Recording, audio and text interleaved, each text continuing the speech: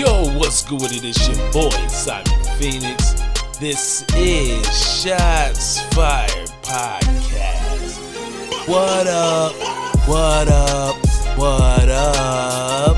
Shoot your shot. Gun Rules Finest Podcast. That's right, Shots Fired. Bang, bang.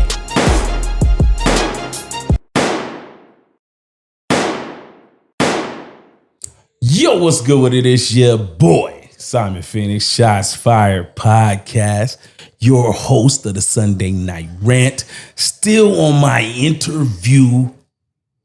Got to get these out the way.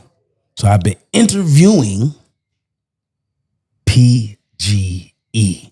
Now, let me tell you something. I said this multiple times to y'all.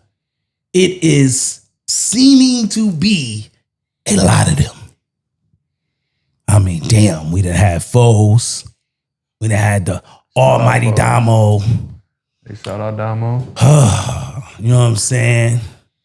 We had Taylor 616. My guy. We had Bolo, T Crazy, Tilly. We still slated to get Mills. You know what I'm saying? We've been fighting through the sea of them. I told y'all. They was like the Wu-Tang. I told y'all. I was on that the whole time. Like, bro, they are deep. Like, outrageously deep. So, I know, you see this guy here sitting in the chair. You're wondering, hey, Phoenix, this is a Caucasian guy. So, if you got a problem with it, you already know what I'm going to tell you. I'm going to tell you some dirtbag shit. Because, you know, I fuck with Caucasian rappers. I could give you a list. I could start off with Gun Rule's very own, Sonny Ski. You know, I could give you one of the greatest to do it, Eminem. You know, I could throw you something out there random like Third Base. So you can't tell me that there ain't no white boys that got bars that don't spit that toxic shit. So this is Larry D. Larry D. So if T Crazy, if Low Mills, if Bolo gonna co-sign, well, who am I to be a hater? Now, y'all do know I got some hater blood in me, though. Don't get it twisted. I will talk that shit. But from what I heard with my own ears, Larry D sound good. Larry D sound real good. Appreciate that, man. Thank you. So what up with it? You know, man, I'm just out here trying to rap again. Rap again? You said it? I mean, there's been a few breaks in life, you know, where life was lifing. Life was lifing. The pen was always there, but the motion wasn't always. Okay. At least not towards music, you know, but still motion in other aspects of life. You know, getting married, striving at work, having kids, that kind of stuff. But the pen was always there as I, you know, went through that, you know, and that's where some of my deepest songs and verses come from, or during those times, man, where you're just at work and your thoughts and writing some down, trying to be creative with it. Yeah.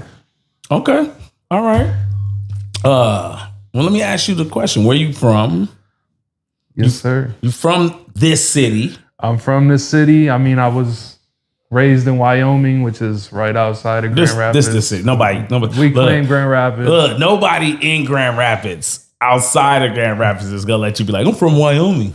Yeah. I'm from Kentwood. No, bro, you're from Grand Rapids. I love the YO though. You know, it's the suburbs. But that's still your spot. There's nothing wrong with claiming it, but you know what I mean. Yes, sir. Let me ask you this. Mm-hmm. What opened that rapper door? What made that rapper in you come out? What made you say, I got these bars, I gotta go? So we were on the bus one day, headed home to after a football game. My homie played the Lil Wayne's Paper Planes remix to me, and I was just hearing Wayne flow on the beat and, you know, adding his metaphors and his punchlines, and I'm like, dang, that sounds smooth, man. I kind of want to do this. Like, I feel like I had a background of like writing poetry and stuff before that, doing really good in English class. I'm like, this is something I can incorporate into music. So, I mean, I'd say that day on the bus was what did it for me, hearing Lil Wayne and just wanting to do that, you know, come up with punchlines, come up with slick metaphors, all that kind of stuff, man. So I'm really about the creative process, the wordplay, punchlines, all that kind of stuff. Okay. So you're on the dark side of the lyricist part. I see this is where we're going. Y'all already know I'm happy to hear that. It's my personal zone. I enjoy it the most in hip hop. I think that's what makes an MC an MC. I like the fact that you come from, hey man, I started off with poems. That's that. Hey man, look, let me tell you something. Man. My favorite two group of rappers to pay attention to is either I wrote poems, I rewrote other people's songs, those people, or somebody put me into production first, and then I was cheating because I was making beats and then I was rapping on them. And then I got to a point where I was good at both. Mm-hmm. I love those three. Those three categories for me are always the most interesting to have a conversation with, based on, it's very easy to see how the bug got into you, because rapping is poetry. It's the same thing. I wholeheartedly agree. So you just added a beat, bro. Yada yada. Cadence is an important thing, and that is also in poetry. So learning the metaphorical library of shit to get into is poetry. That's why your best rappers are poetic. So, and I also feel like I've done a few shows where you don't rap behind a beat and you kind of just deliver it in a way that's a cappella, and it's not really battle rap, but it's telling a story as you're rapping, and it's, to me, that's poetry, you know? It's people who their whole career, or the thing they're best at, is telling the story.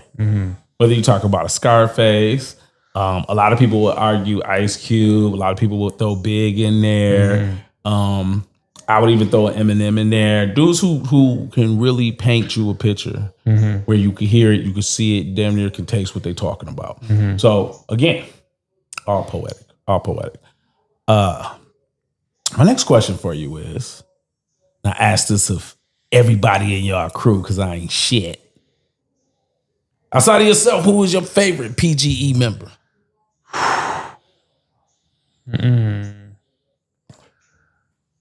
Man, I love Stone's rap style. I've seen Stone Leone perform a few times. Rock star.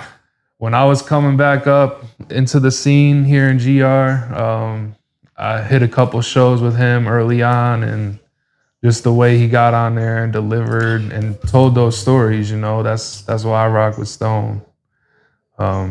He's just my kind of rapper, I think. I don't have a favorite. I'm biased, but that's because my rapper ear picks out different things, right?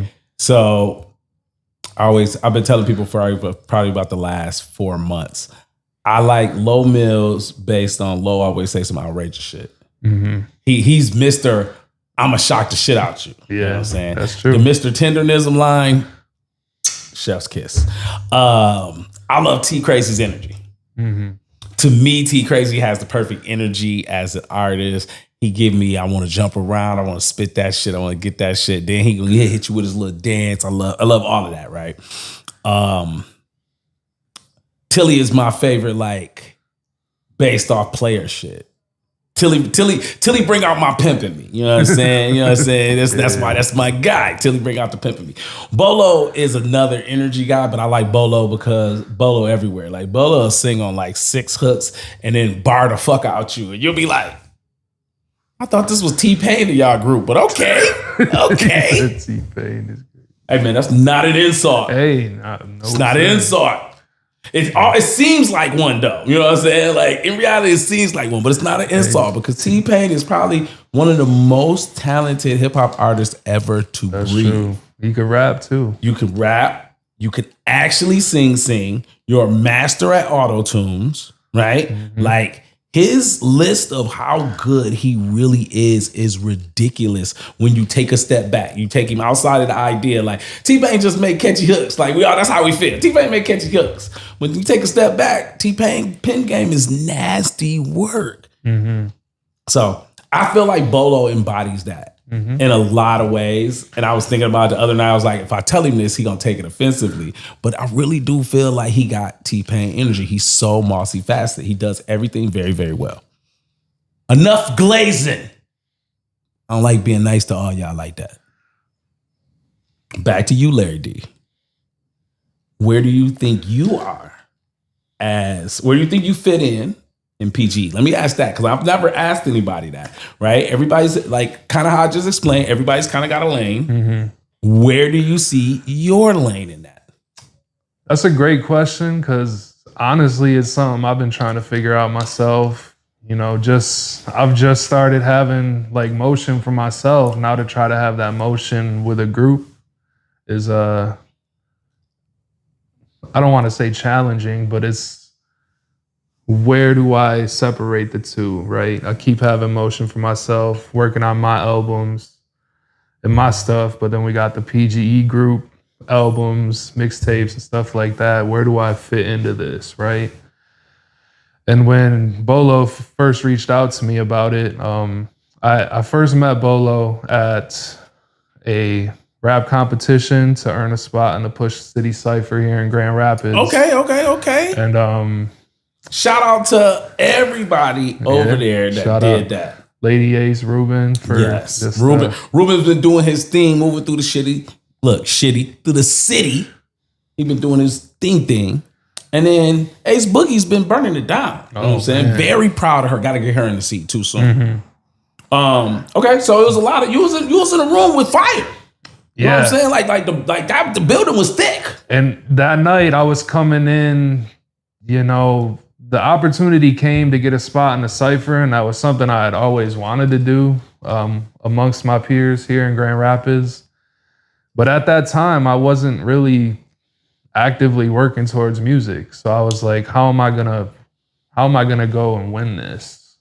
Because there's people coming in who had motion since the past, years leading up to this show, and here's me. Like, it shows you a good MC. I haven't hit the stage and it shows you a good MC. It shows that people believe in your pen. Humble ass motherfuckers. When I stepped off the stage that night, and Lady Ace told me, you gained a lot of respect here tonight, and I was just like, those words just still stick with me, because there were some hitters in that room. Like Elfie the Grey was there. You already know. Anybody who fuck with me know that's my dog. You know what I'm saying? P.G.E was there, and actually, P.G.E hit me up after I performed that song weeks later, and he was like, hey, do you got an open verse on it? I love that song. And, you know, just that in itself was like, oh man, like this is a song I wrote 5 years ago on the production line, you know? Means nothing. But dude, if you want a verse on it, like we'll extend the beat, get you on there. But there were a lot of people there that night, and I was coming in as I felt like an underdog, but I was like, I'm gonna show these people what I got to offer, and I'm gonna earn this spot.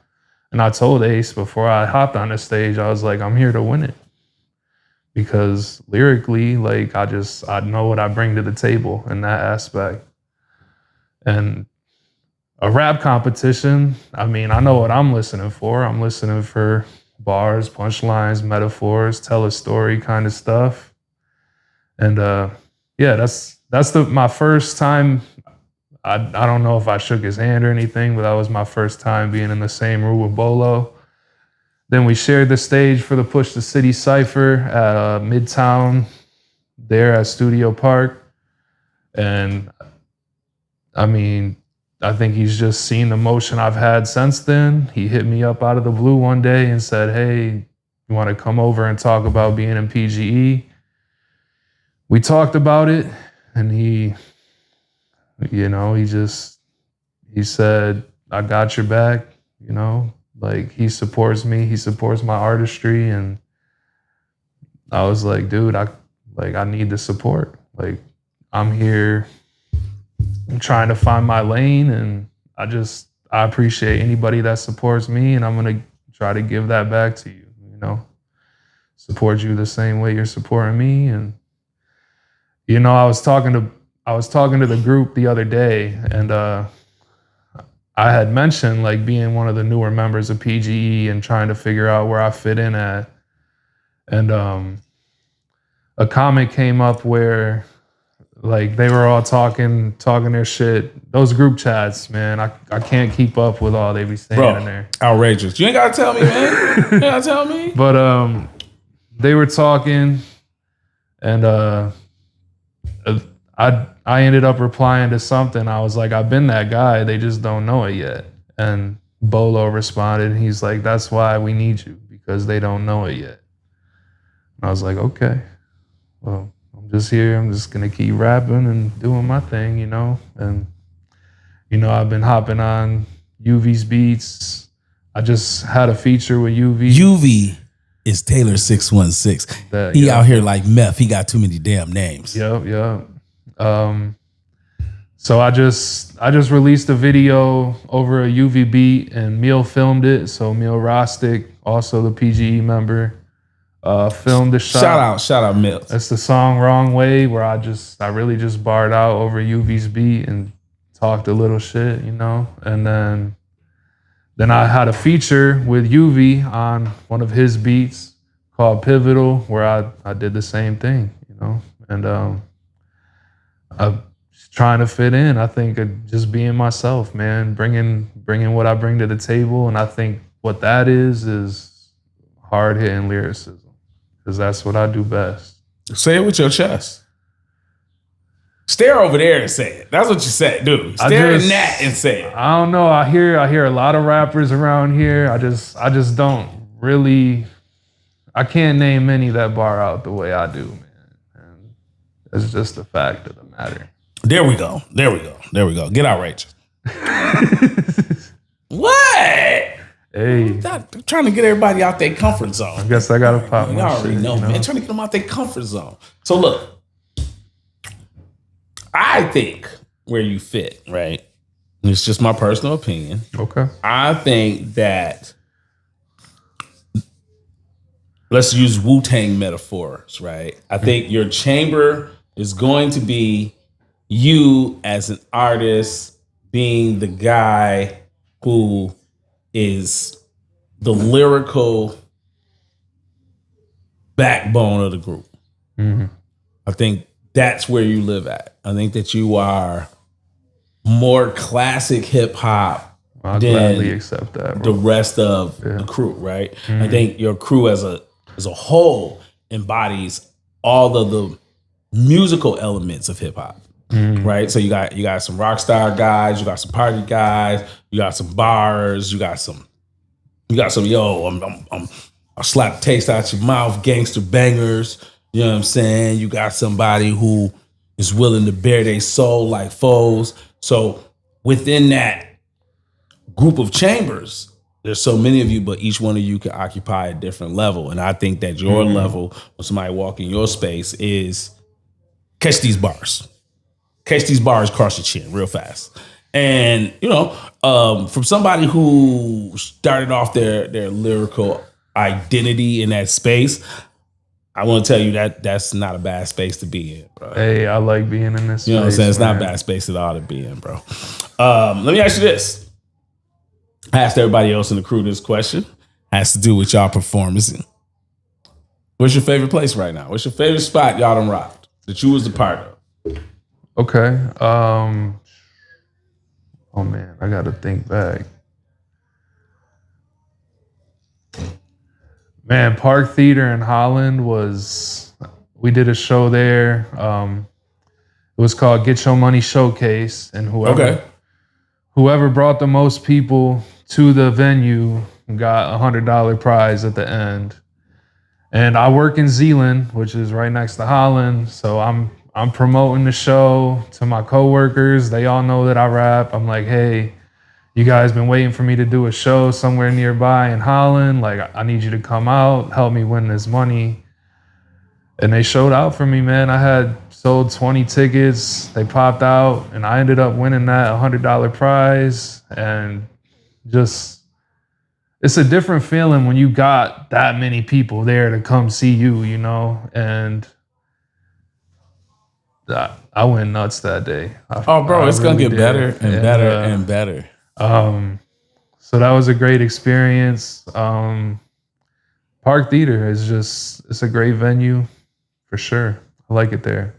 And maybe it's just, I've only been there once, but maybe it's just the fact that I brought 20 people with me to support, and there were people there supporting me, and just the way it went. But I mean, honestly, I don't care anywhere I get a chance to perform. You know, I'm there to do it, you know, make an impact in some way. You know? Nice. So you talked about a video with Mills filmed it. Mill filmed it, yeah. I want more. Okay. So like I got a little inkling. Yeah, he gave me a little tidbit before we started this. She was like, man, so we was filming, you know what I'm saying? It's a road trip vibe. So okay, so that wasn't by Meal. Okay. That's with my boys from Loudish Media. But we'll talk about Wrong Way, which Meal filmed at Lookout Park here in Grand Rapids. Oh, okay. It's a legendary spot. I don't even think anybody used that yet. There's been a few, but Really? I don't know if they used it the way I used it. Okay. I like that. So I wrote the song Wrong Way over one of UV's beats, Taylor 616. And when I was writing the song, I was just like, okay, this is a like kind of talk your shit kind of song. Plus it's like a little introspective. So when I wrote the hook for Wrong Way, I was thinking about, you know, where I am right now in my journey of music and the life that led up to that. And I've had people like that I grew up with that have like slighted me, like, hey, you still rapping? And I'm like, I've never stopped. I'm just not like, I don't have the same motion as you right now. So the opening line was just the other day, someone asked if I was rapping still. He bragged a little of his success, how he's got massive pill. I'm lacking still in the ladder, but my notepads are filled. If my rhyme book had any cap, these raps would crack the seal. So like, no, that makes sense. to go question, like, are you still rapping? Like, I never stopped. You talking to an old man MC. So I feel you. But the song Wrong Way was like, man, like I haven't seen the success that some of my peers have seen, but I've seen success in other ways. So it's like me questioning, should I have done something different? Or because you feel like you'd have missed out on your blessings over there? Possibly. But also I'm like very content with like where I am in life right now. Where your universe has landed? Yeah. So like just being back on the scene, and it's not like I wasn't, like I was dropping little videos of me like just rapping to my phone on social media and stuff during all that time, but I wasn't putting out music videos. You wasn't on the let's do a project, let's do a video, right. That level of motion. And I was slowly working on things, but you know, I ran into issues where like I would send a song to one of my trusted homies, shout out Hadari Moore, or Puff the Goat even. I would send them songs and they would be like, it's dope, but you got to work on this aspect of it. And when I hear that kind of criticism, I'm like, I hear you, but it sounds so dope to me that I'm like, man, if they're saying it, I need to fix something. So during that time of like being on a hiatus is kind of like when that stuff was happening, and I really had to take time to like, okay.